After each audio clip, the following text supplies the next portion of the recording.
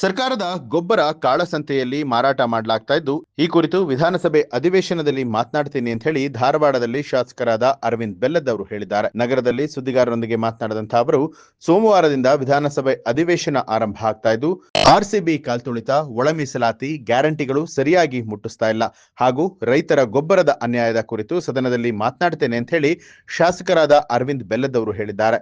ಇನ್ನು ಕಾಂಗ್ರೆಸ್ ಸರ್ಕಾರ ಗುತ್ತಿಗೆದಾರರ ಸಂಬಳವನ್ನ ಕೊಡಬೇಕಾಗಿತ್ತು.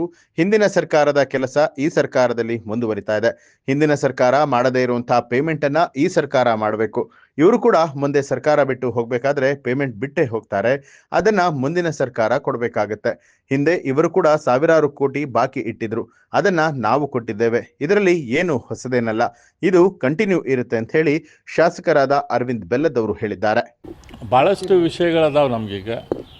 ಇಲ್ಲೇನು ಮೊನ್ನೆ ಕಾಲು ತುಳಿತಾಗಿತ್ತು ಅದ್ರ ಬಗ್ಗೆ, ಆಮೇಲೆ ಒಳ ಮೀಸಲಾತಿದ್ದ ವಿಷಯ ಐತಿ. ಅದೇ ರೀತಿ ರೈತರ ಗೊಬ್ಬರದಲ್ಲಿ ಈಗೇನು ಅನ್ಯಾಯ ಆಗ್ತಾಯಿದೆ.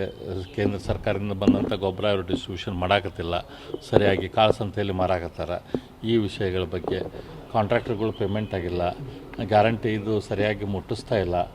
ಈ ಎಲ್ಲ ವಿಷಯಗಳದಾವೆ. ಇವನ್ನೆಲ್ಲದ್ರ ಬಗ್ಗೆ ನಾವು ಮಾತಾಡ್ತೇವೆ. ಮತ್ತು ಇವ್ರು ಕೊಡಬೇಕಲ್ಲ, ಸರ್ಕಾರದ ಮೇಲೆ ಅದು ಕಂಟಿನ್ಯೂಸ್ ಇದ್ದೇ ಇರ್ತೈತಿ. ಹಿಂದಿನ ಸರ್ಕಾರದ ವರ್ಕ್ಗಳು ಈ ಸರ್ಕಾರದಾಗ ಕಂಟಿನ್ಯೂ ಆಕ್ಕವು.